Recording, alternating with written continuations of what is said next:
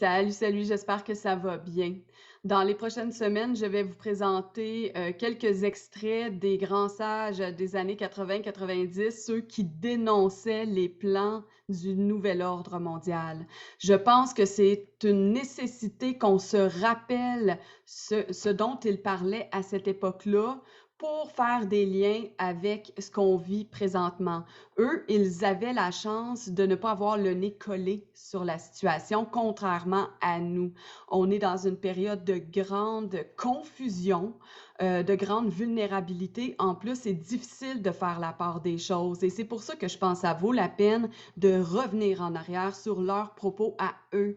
Donc, je vais probablement faire des extraits du père Régin Pal, comme j'en ai déjà fait un précédemment, de Serge Monod et possiblement aussi de Dr Pierre Gilbert. Les trois dénonçaient beaucoup, on va revoir quelques extraits qu'on voit moins. Hein? On voit souvent les extraits qui ont lien avec la picouse, mais moi, je vais vous montrer d'autres extraits parce qu'on a été trompés. On est tellement trompés en ce moment et ça suffit. Si on veut gagner la guerre, va falloir connaître l'ennemi, sinon on pourra pas. Parce qu'à partir du moment qu'on voit c'est quoi le plan des mondialistes, ben il faut faire autrement. Il faut changer nos comportements. Il faut avoir l'humilité de reconnaître aussi qu'on s'est fait tromper. C'est pas le fun, hein? Ça fait comme une blessure à l'intérieur de nous.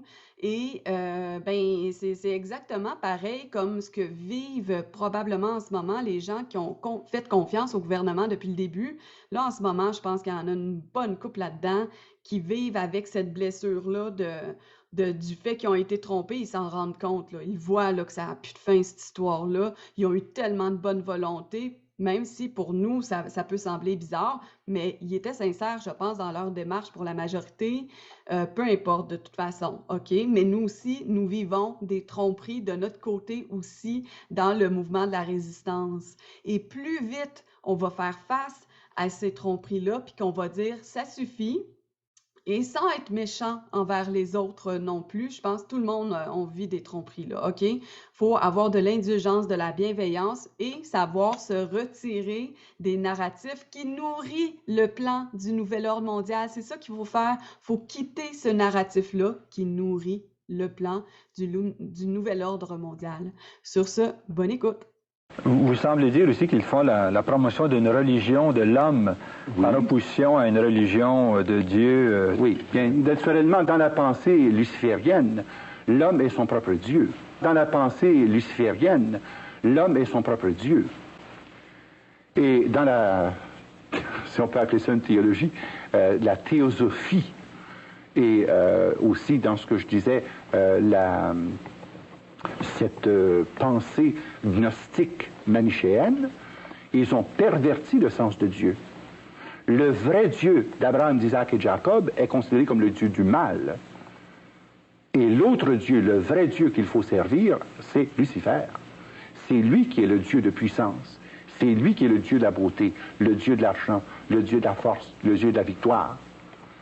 Alors c'est une perversion systématique, mais tout cela est fait très doucement, en mettant l'accent sur l'homme. L'homme n'a développé que 10% de son potentiel, mais l'homme, en réalité, est un Dieu. Dieu universel n'est que la somme totale des énergies cosmiques.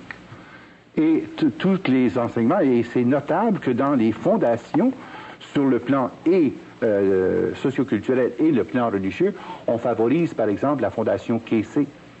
Et on favorise aussi le mind control, comme par exemple le Dr Murphy, la méthode da Silva, les grands maîtres. Tout cela est publié, produit et encouragé et financé par le CFR américain. Maintenant, sur le plan religieux, il y a plus que cela. Non seulement ils ont établi le culte satanique de façon légale, car il y a 7 églises sataniques aux États-Unis qui ont une reconnaissance légale par charte, sans but lucratif. 7 églises sataniques. Et vous les avez ici, notamment, vous avez l'église de Wicca, the Wicca Church of America, l'Église de tous les mondes, le vestibule de l'arbre Aquarius, j'aimerais qu'on revienne là-dessus tout à l'heure, si tu veux bien. La fraternité satanique de l'Amérique, ça c'est l'église à laquelle appartenait Charles Manson. Et ensuite, vous avez l'église de Scientologie,